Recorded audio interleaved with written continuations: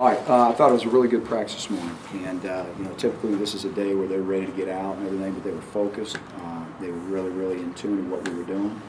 So we had a good practice. I think we've had a good practice for the first several days, and we've got a lot of work left to do once we get to Atlanta. We know that, but I think right now we're in a good place. What did you guys focus on today, Gene, in practice? Well, basically, offensively, we did a lot of third downs and did a lot of landmarks, a lot of situational things. Defensively, we did a lot of there are a lot of movements and shifts and trades, and we're just making sure that all of our alignments are correct, and basically just worked on different personnel groupings of theirs.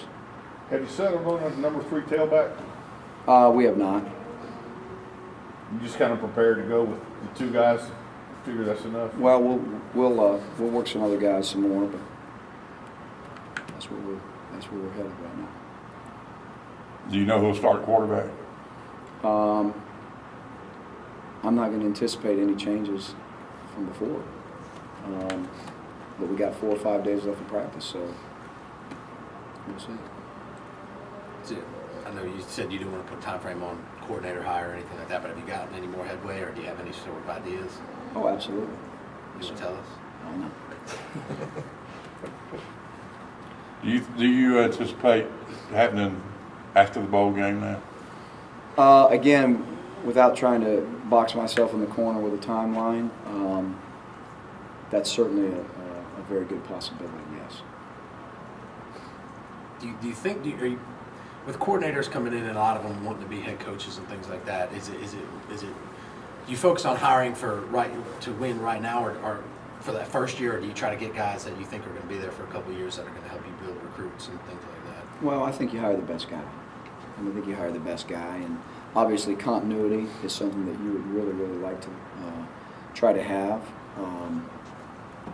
The real unfortunate or fortunate situation reality is that if you hire really good ones, there's a lot of people who want them. So, but I want to hire the best fit and the best person for Auburn.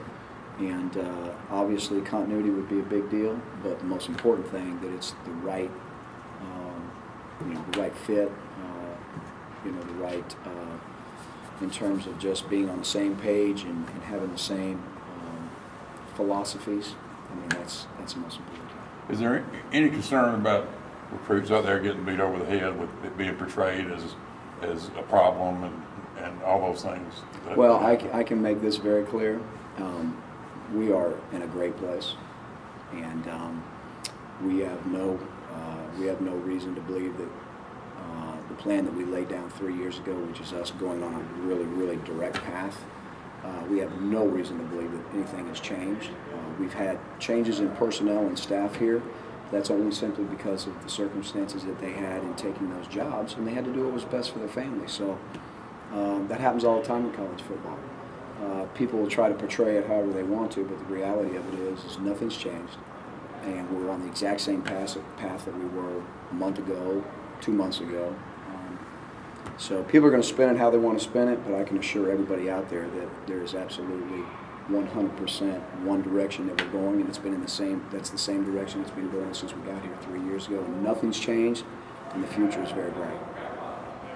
You've been given a lot of, Jay's given you guys a lot of money to hire assistants. You've been given a lot of money. How important is that to have an administration that believes in what you guys are doing and is willing to give you guys what you need to make? Yeah, I think it's incredible. I mean, I think it's a huge part of the puzzle. When you talk about paying assistants these days, if you're going to go out and you're going to hire, assistants that have proven themselves by their body of work, it's about market value, and the prices and the salaries that have now, a lot of these position coaches, coordinators, not just head coaches, but coordinators, their salaries that they've escalated to, it's all about supply and demand. It's the way the market is. Whether we like that or we don't like that, it's all about the market.